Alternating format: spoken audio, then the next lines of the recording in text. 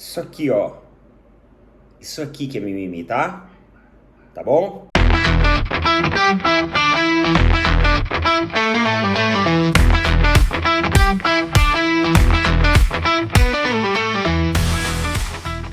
Sejam bem-vindos, pessoal, a mais um vídeo. E se o doguinho do vizinho não parar de latir, eu acho que vai eu acho que dá para fazer o vídeo sem microfone, porque no momento, além da minha voz aqui, ele é a única outra voz que surge no cenário do vídeo. Mas tudo bem, tem a naturalidade também, né, de toda a situação. Quero conversar com vocês, hoje é dia de estreia do Campeonato Brasileiro, o campeonato de pontos corridos que nós temos aí, nacional, o campeonato mais longo da nossa temporada, o campeonato que exige mais dos atletas, que exige mais estabilidade, campeonato que toda vitória e empate, matematicamente, ele se torna importantíssimo, porque é a construção que lá no final vai levar essas equipes a buscar as primeiras classificações, buscar ser campeã, buscar a Libertadores e as outras competições que nós temos, né? Então nós vamos bater um papo rapidamente um pouquinho sobre o Campeonato Brasileiro. Muita pauta boa aí pra gente trocar uma ideia. Antes de mais nada, pessoal, não se esqueça de apoiar os nossos amigos da Tribo da Sorte. Tribo da Sorte não é uma plataforma de casa de apostas esportivas. Tribo da Sorte é uma plataforma dos jogos oficiais da Caixa Econômica Federal. Tudo regulamentado, tudo regularizado, ó, tudo certo. Sabe os jogos que você tem na lotérica? Loto Fácil, Lotomania, Mega Sena, Dia de Sorte, você tem também lá na plataforma da Tribo da Sorte. Com algumas diferenças, e relevantes diferenças, viu? Primeiro, que você faz tudo sem sair de casa. Segundo, que lá na plataforma da Tribo, o bolão ele já está montado lá. Você não precisa ficar se preocupando em montar bolão. Já é montado de forma automatizada e você só entra lá e participa. Terceiro, que com um único bolão você participa de vários conjuntos numéricos, que já vai aumentar suas chances. E além disso, você tem o recurso da inteligência artificial, que vai selecionar os números que foram mais sorteados ao longo de toda a história para montar um melhor jogo para você e aumentar suas chances de ganhar. É só você clicar no link fixado nos comentários ou no QR Code aqui, chama o pessoal lá e fala assim, ó, gostaria do cupom do canal Opina Porco. Eles vão te mandar o cupom e você vai poder utilizar em qualquer produto da plataforma. Tribo da Sorte, galera, além de você estar ajudando pessoas que confiam no nosso trabalho, que sempre acreditam aqui na nossa iniciativa, você ajuda demais a gente também. Tribo da Sorte, tamo junto. A Leila Pereira ontem, ela chamou de mimimi a crítica que os torcedores do Palmeiras fez a ela após aquela fatídica frase dita para o presidente Augusto Melo. Uma brincadeira. Pô, você brincar é uma coisa. Agora, você fazer uma brincadeira que deprecia o próprio clube que você preside é outra totalmente diferente. E isso dentro de uma final, com o nosso principal rival em vantagem, o nosso rival mais tradicional em história, é pior ainda. É você não ter o conhecimento do clube que você preside. É você não ter o conhecimento da importância da partida. Ninguém tava para brincadeira. Você pode ter certeza que tanto corintianos e palmeirenses não estavam para brincadeiras. Olha só o que ela falou. Com relação à conversa que eu estava tendo com o Augusto, aquilo foi uma invasão de privacidade. Eu não estava dando entrevista. Foi uma conversa amigável que eu estava tendo com o presidente do Corinthians, que é meu amigo, que nos recebe sempre muito bem na Neoquímica Arena. E eu estava conversando com ele e foi uma brincadeira. Todo mundo sabe que foi uma brincadeira. Primeiro lugar, não é invasão de privacidade. Não. Você estava no meio do campo. Você, presidente do Palmeiras, indo encontrar o presidente Augusto Melo ali naquele momento no meio do campo, cercado de câmera e de microfone de jornalista. Você vem dizer que aquilo foi uma invasão de privacidade? Você sabia muito bem que estava todo mundo filmando vocês? Então, peraí, você tá lá no meio do campo. Aí, mano, tem 10 câmeras assim, ó. Tudo assim em volta de você. Aí você vai lá cumprimentar o cara. Ah, pelo amor de Deus, é muita inocência sua achar isso? Ou você acha o torcedor do Palmeiras com um cara muito de idiota? Muito de idiota. E ainda não terminou por aí. Ela falou, ó, o futebol anda muito chato, sabe? Muito chato, muito mimimi. E depois dizem que mimimi é coisa de mulher. Não, mas tem muito homem histérico por aí. Então, aquilo foi uma brincadeira, aquilo não deveria ter sido gravado. Aquilo não é uma entrevista, foi um momento de descontração meu e do presidente Augusto Melo. Não vem dizer que foi momento de descontração porque você mete o pau no Corinthians. Você mete o pau no Corinthians em toda a coletiva. Sobre não pagar dívidas, sobre a falta de fair play, sobre contratos com jogadores caros que não cumprem. Então, de duas ou uma, ou você acha o torcedor do Palmeiras de idiota, ou você acha o presidente do Corinthians com cara de idiota. Não tem essa de mimimi não. Sabe por que você fala que é mimimi? Porque você não é uma torcedora do Palmeiras. E teve gente passando pano pra ela, né? Nossa, que posicionamento dessa presidente. Isso sim que é posicionamento. A CBF precisa de uma pessoa assim. Então vai lá pra CBF, pelo amor de Deus, CBF. Pelo amor de Deus, CBF, a gente tá te pedindo. Contrata a Leila pra alguma coisa, aproveita que mandou o Rodrigo Caetano embora, inventa algum cargo, seja lá o que for, mas leva a Leila pra lá. Olha, galera, na boa, viu? É umas coisas que acha o torcedor com cara de idiota. E o problema é que existe uma massa que é manipulada ainda por isso. O torcedor do Corinthians gostou da brincadeira dela. Então é lógico que o torcedor do Corinthians vai passar pano pra ela. Claro!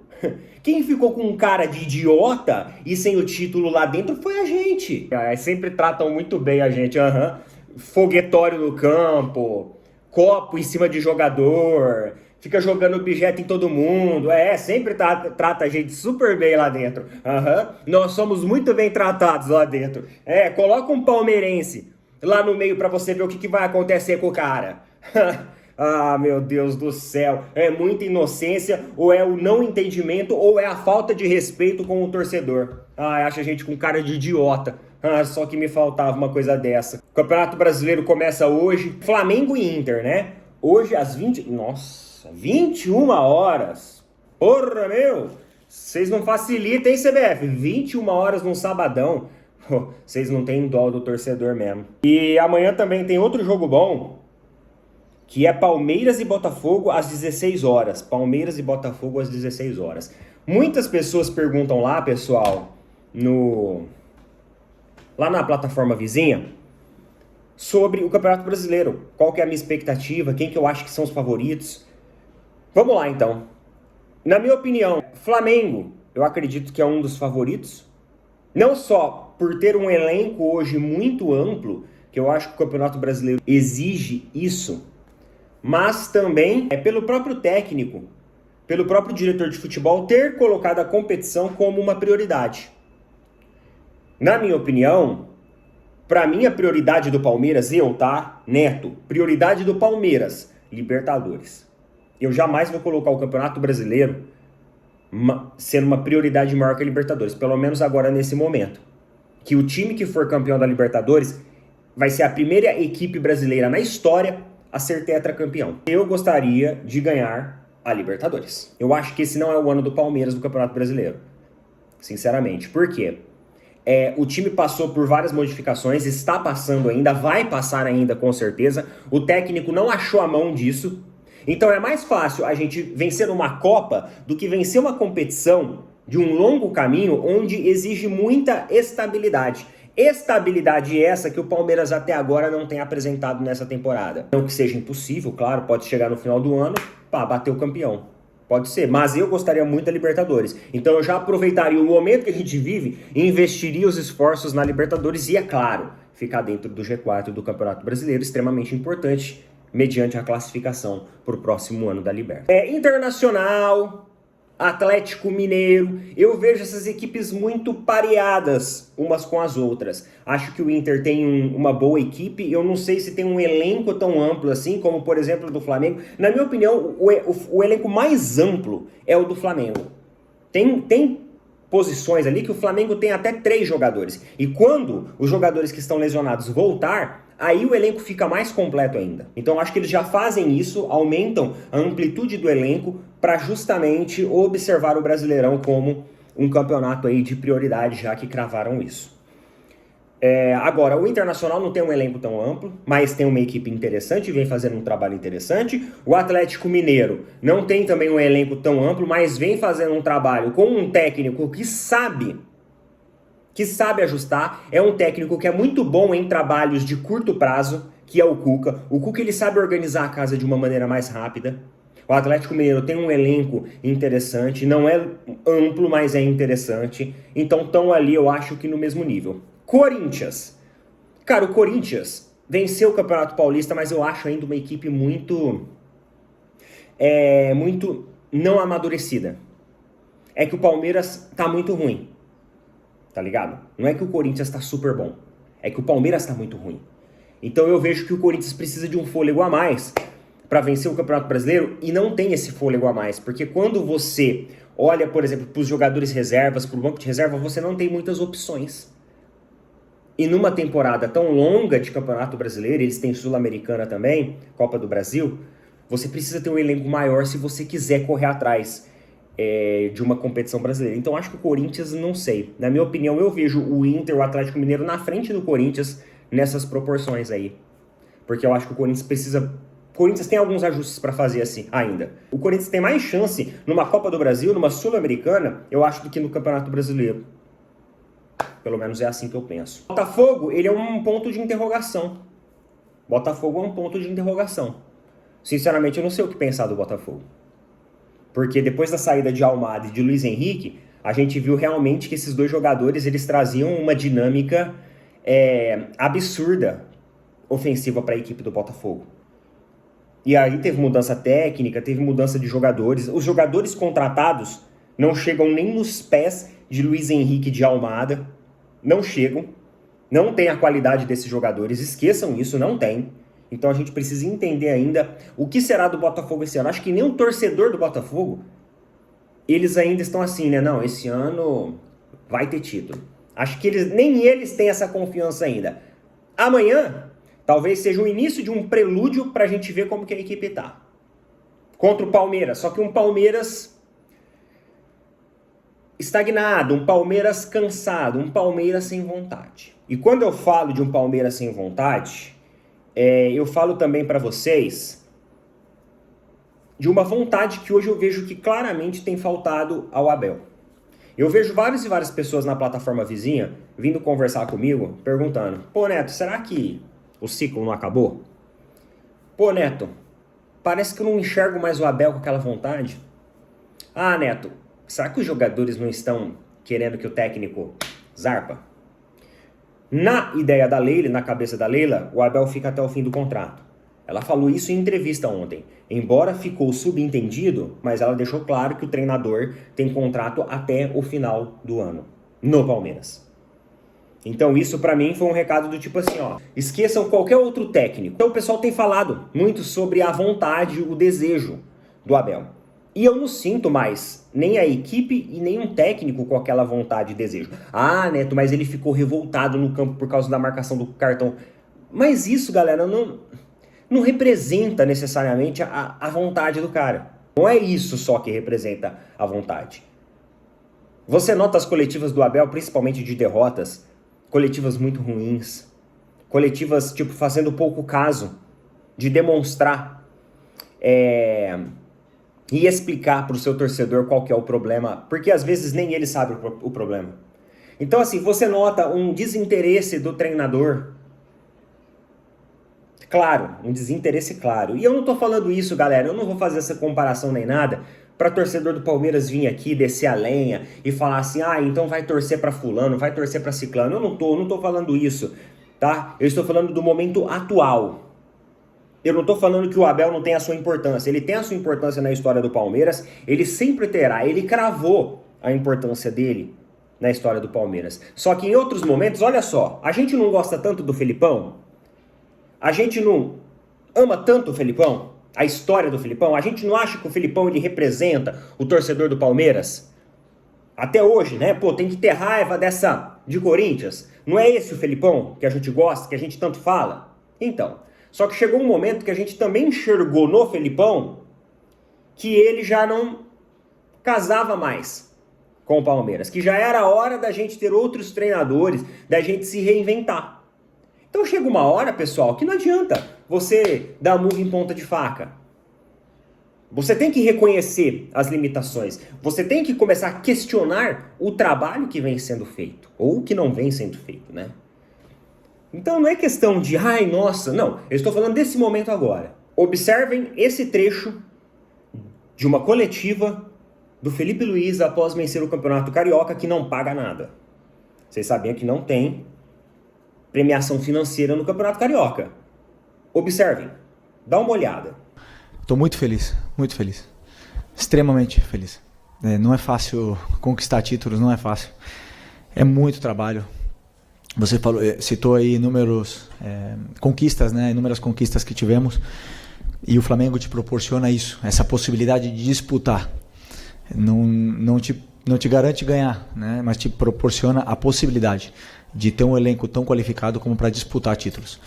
E eu estou muito orgulhoso do nosso trabalho, dos meus jogadores, do esforço que eles fizeram em toda a pré-temporada, em toda essa trajetória para conquistar. E eu sou um cara muito ambicioso, muito ambicioso. Eu quero mais.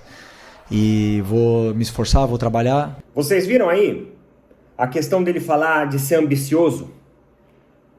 E quando o Felipe Luiz ganha o prêmio como o melhor técnico no Campeonato Carioca, ele fala que ele quer mais. Então assim, mano, esse cara, ele tá com sede de vencer. Ele tá com muita vontade de vencer. Se a vontade de vencer fosse algum tipo de hormônio, mano, dele ia estar lá no talo, ia estar lá em cima. Agora, a coletiva do Abel, após o primeiro jogo contra o Corinthians, olha só, que essa ele concedeu, né? Ele não fugiu, ele não vazou. O que demonstra uma puta de uma falta de respeito também, uma puta falta de postura de líder do treinador. Pera aí, na hora que a coisa tá feia, é o líder que tem que se jogar na cova dos leões, não é? Isso que é liderança. Agora, pera aí, o jogador vai lá, jogador do Palmeiras lá, ó, vendo a coletiva. De repente o técnico levanta e sai. Aí o jogador vai ficar assim, caralho. Esse aqui que é o cara que fala pra mim no vestiário que tem que ter isso, que tem que ter aquilo, saindo de uma coletiva? Ficando com medo de responder pergunta? Equipe, ela é um reflexo da postura do líder. Em qualquer livro de aeroporto, isso é muito claro. Quando você tem um líder fraco, quando você tem um líder abalado, quando você tem um líder que foge das responsabilidades, os jogadores, eles vão começar a fugir também das suas. Liderança, ela é espelho. Cuidado.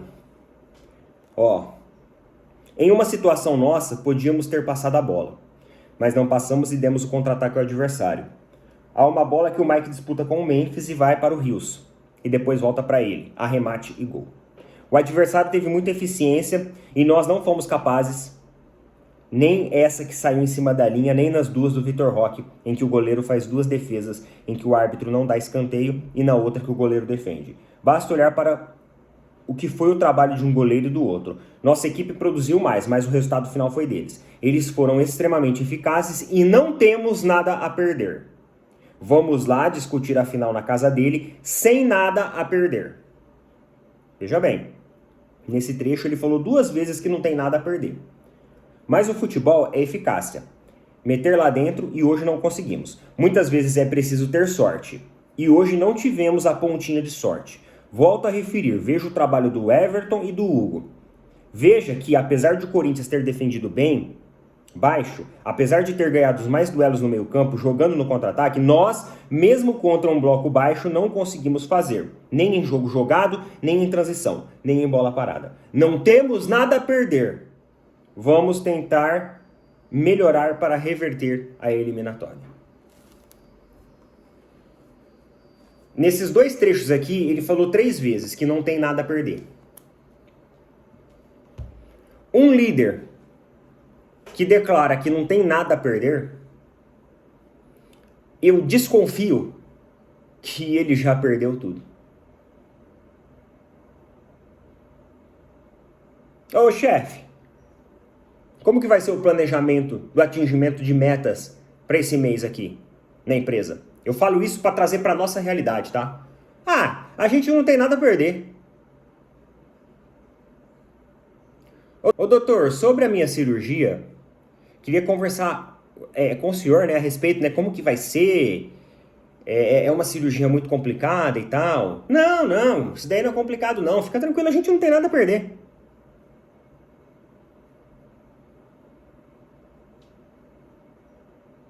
Você confiaria num profissional que olhasse pra você e falava assim, não, fica tranquilo, não tem nada a perder? Você confiaria? Então, às vezes eu questiono se o Abel,